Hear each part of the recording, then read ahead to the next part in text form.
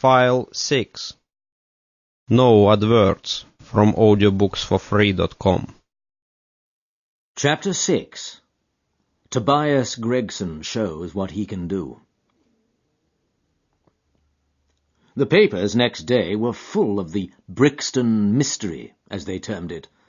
Each had a long account of the affair, and some had leaders upon it in addition. There was some information in them which was new to me. I still retain in my scrapbook numerous clippings and extracts bearing upon the case. Here is a condensation of a few of them. The Daily Telegraph remarked that in the history of crime there had seldom been a tragedy which presented stranger features. The German name of the victim, the absence of all other motive, and the sinister inscription on the wall all pointed to its perpetration by political refugees and revolutionists. The Socialists had many branches in America, and the deceased had, no doubt, infringed their unwritten laws and been tracked down by them. After alluding airily to the Wemgericht, Aquatofana, Carbonari, the Marchioness de Brinvilliers, the Darwinian theory, the principles of Malthus, and the Ratcliffe highway murders, the article concluded by admonishing the government and advocating a closer watch over foreigners in England. The Standard commented upon the fact that lawless outrages of the sort usually occurred under a liberal administration. They arose from the unsettling of the minds of the masses and the consequent weakening of all authority. The deceased was an American gentleman who had been residing for some weeks in the metropolis. He had stayed at the boarding-house of Madame Charpentier in Torquay Terrace, Camberwell. He was accompanied in his travels by his private secretary, Mr. Joseph Stangerson. The two bade adieu to their landlady upon Tuesday, the 4th instant, and departed to Euston Station with the avowed intention of catching the Liverpool express. They were afterwards seen together upon the platform. Nothing more is known of them until Mr. Drever's body was, as recorded, discovered in an empty house in the Brixton Road, many miles from Euston. How he came there, or how he met his fate, are questions which are still involved in mystery. Nothing is known of the whereabouts of Stangerson. We are glad to learn that Mr. Lestrade and Mr. Gregson of Scotland Yard are both engaged upon the case, and it is confidently anticipated that these well-known officers will speedily throw light upon the matter. The Daily News observed that there was no doubt as to the crime being a political one. The despotism and hatred of liberalism which animated the continental governments had had the effect of driving to our shores a number of men who might have made excellent citizens, were they not soured by the recollection of all that they had undergone. Among these men there was a stringent code of honour, any infringement of which was punished by death. Every effort should be made to find the secretary, Stangerson, and to ascertain some particulars of the habits of the deceased. A great step had been gained by the discovery of the address of the house at which he had boarded, a result which was entirely due to the acuteness and energy of Mr. Gregson of Scotland Yard. Sherlock Holmes and I read these notices over together at breakfast, and they appeared to afford him considerable amusement. I told you that whatever happened, Lestrade and Gregson would be sure to score. That depends on how it turns out. Oh, bless you, it doesn't matter in the least. If the man is caught, it will be on account of their exertions. If he escapes, it will be in spite of their exertions. It's heads I win and tails you lose. Whatever they do, they will have followers. Un sot trouve toujours un plus sot qui l'admire. What on earth is this? I cried, for at this moment there came the pattering of many steps in the hall and on the stairs, accompanied by audible expressions of disgust upon the part of our landlady.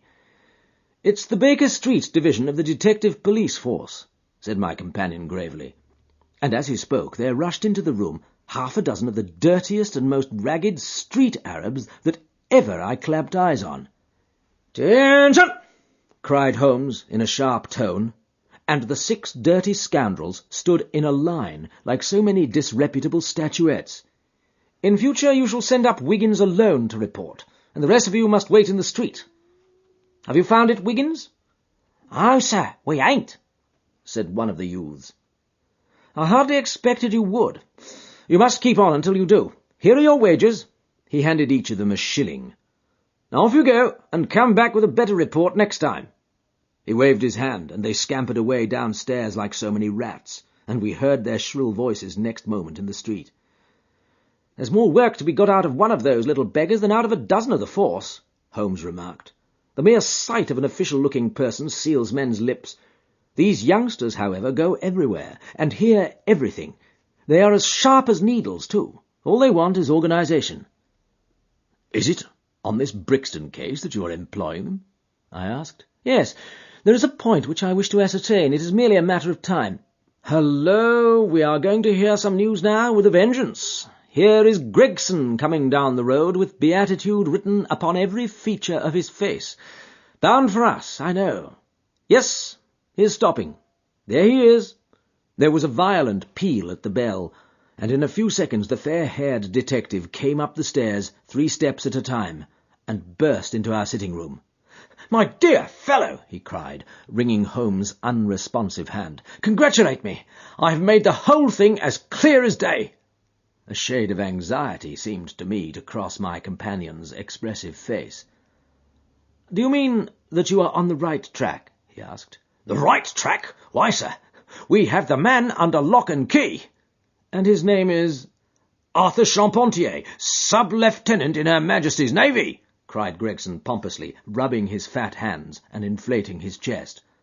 Sherlock Holmes gave a sigh of relief and relaxed into a smile. "Take a seat and try one of these cigars," he said. "We are anxious to know how you managed it. Will you have some whisky and water?" "I don't mind if I do," the detective answered. "The tremendous exertions which I have gone through during the last day or two have worn me out. Not so much bodily exertion, you understand, as the strain upon the mind. You will appreciate that, Mr. Sherlock Holmes, for we are both brain workers." "You do me too much honour," said Holmes gravely. The detective seated himself in the armchair and puffed complacently at his cigar. Then suddenly he slapped his thigh in a paroxysm of amusement. "The fun of it is," he cried, that fool Lestrade, who thinks himself so smart, has gone off upon the wrong track altogether. He is after the Secretary Stangerson, who had no more to do with the crime than the babe unborn. I have no doubt that he has caught him by this time." The idea tickled Gregson so much that he laughed until he choked. "And how did you get your clue?" I'll tell you all about it. Of course, Dr. Watson, this is strictly between ourselves. The first difficulty which we had to contend with was the finding of this American's antecedents. Some people would have waited until their advertisements were answered, or until parties came forward and volunteered information. That is not Tobias Gregson's way of going to work. You remember the hat beside the dead man?" "Yes," said Holmes. "By John Underwood and Sons, 129 Camberwell Road." Gregson looked quite crestfallen. "I had no idea that you noticed that," he said. "Have you been there?" "No." "Ha!" cried Gregson in a relieved voice. "You should never neglect a chance, however small it may seem." "To a great mind, nothing is little," remarked Holmes sententiously.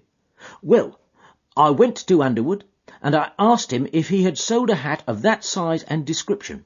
He looked over his books and came on it at once. He had sent the hat to a Mr. Drebber residing at Charpentier's boarding establishment, Torquay Terrace. Thus I got his address." "Smart. Very smart," murmured Sherlock Holmes. "I next called upon Mrs. Charpentier," continued the detective. "I found her very pale and distressed. Her daughter was in the room too, an uncommonly fine girl she is too.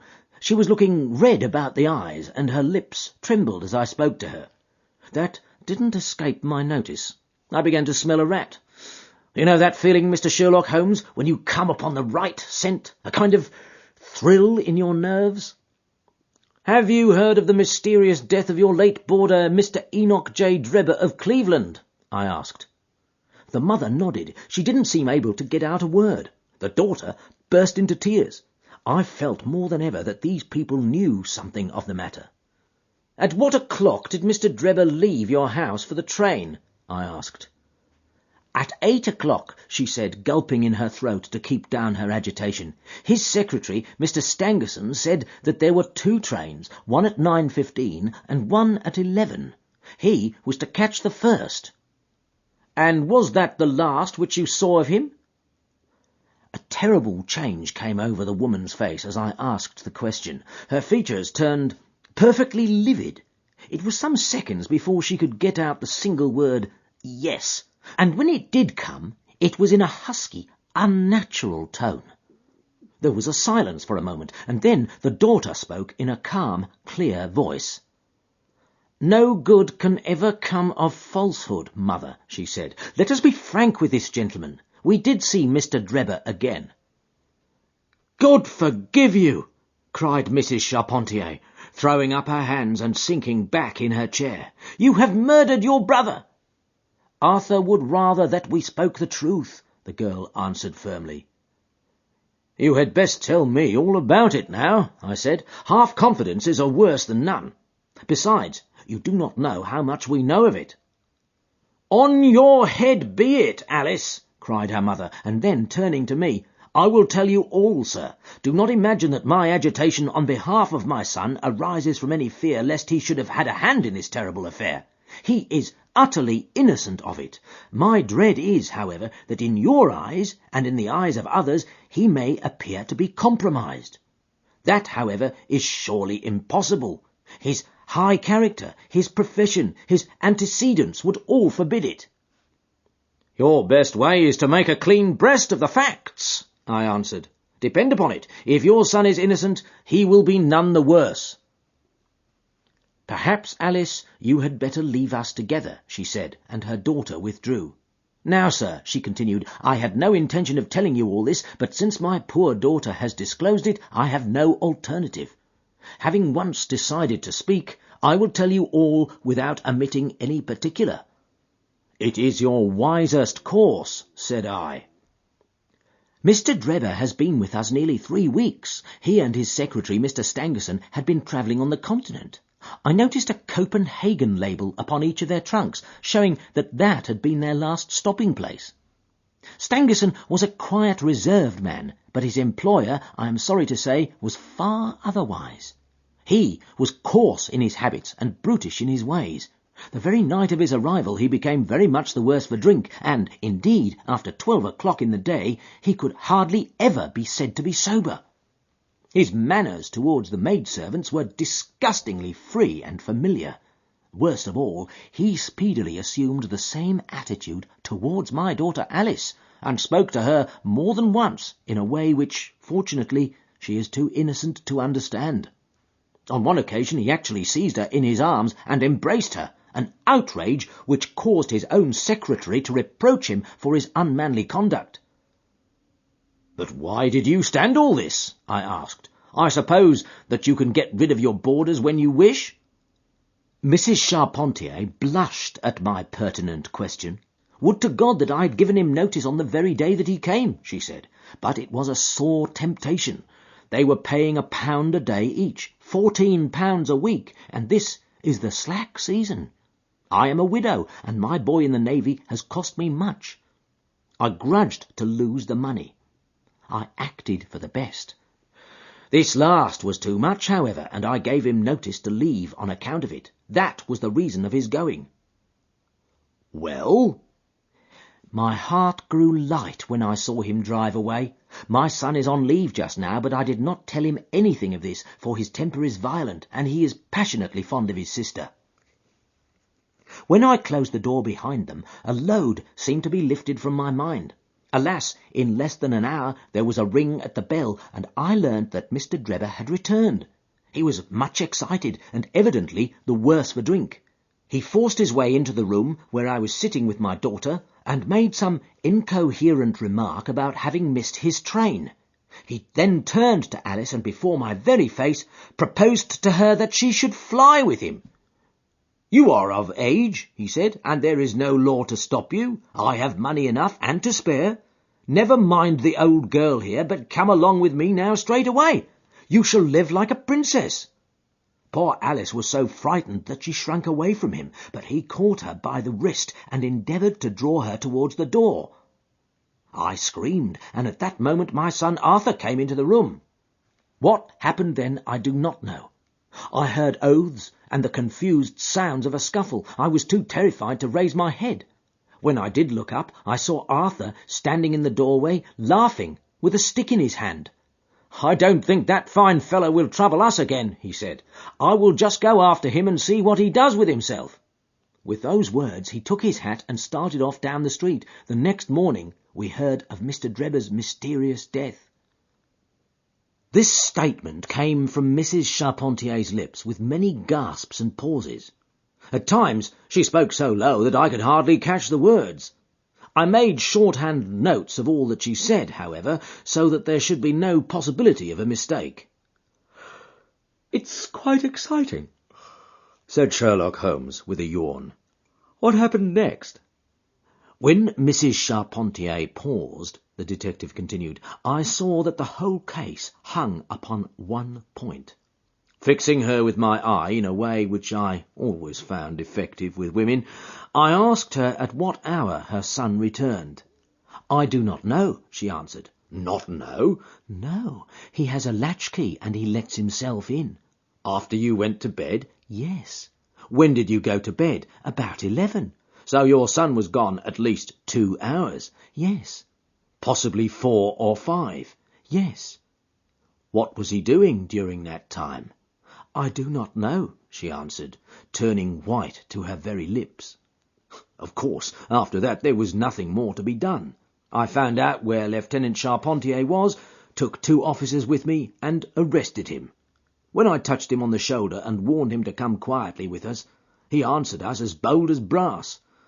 'I suppose you are arresting me for being concerned in the death of that scoundrel Drebber,' he said. We had said nothing to him about it, so that his alluding to it had a most suspicious aspect. 'Very,' said Holmes. He still carried the heavy stick which the mother described him as having with him when he followed Drebber. It was a stout oak cudgel. 'What is your theory, then?' 'Well, my theory is that he followed Drebber as far as the Brixton Road. When there, a fresh altercation arose between them, in the course of which Drebber received a blow from the stick, in the pit of the stomach perhaps, which killed him without leaving any mark. The night was so wet that no one was about, so Charpentier dragged the body of his victim into the empty house. As to the candle and the blood and the writing on the wall and the ring, they may all be so many tricks to throw the police onto the wrong scent.' 'Well done,' said Holmes, in an encouraging voice. 'Really, Gregson, you are getting along. We shall make something of you yet.' 'I flatter myself that I have managed it rather neatly,' the detective answered proudly. The young man volunteered a statement in which he said that after following Drebber some time, the latter perceived him and took a cab in order to get away from him. On his way home he met an old shipmate and took a long walk with him. On being asked where this old shipmate lived, he was unable to give any satisfactory reply. I think the whole case fits together uncommonly well. What amuses me is to think of Lestrade, who had started off upon the wrong scent. I'm afraid he won't make much of it. Oh, why, by Jove, here's the very man himself!' It was indeed Lestrade, who had ascended the stairs while we were talking, who now entered the room. The assurance and jauntiness which generally marked his demeanour and dress were, however, wanting. His face was disturbed and troubled, while his clothes were disarranged and untidy. He had evidently come with the intention of consulting with Sherlock Holmes, for, on perceiving his colleague, he appeared to be embarrassed and put out. He stood in the centre of the room, fumbling nervously with his hat, and uncertain what to do. "This is a most extraordinary case," he said at last. "A most incomprehensible affair." "Ah, you find it so, Mr. Lestrade," cried Gregson triumphantly. "I thought you would come to that conclusion. Have you managed to find the secretary, Mr. Joseph Stangerson?" "The secretary, Mr. Joseph Stangerson," said Lestrade gravely, was murdered at Halliday's private hotel about 6 o'clock this morning.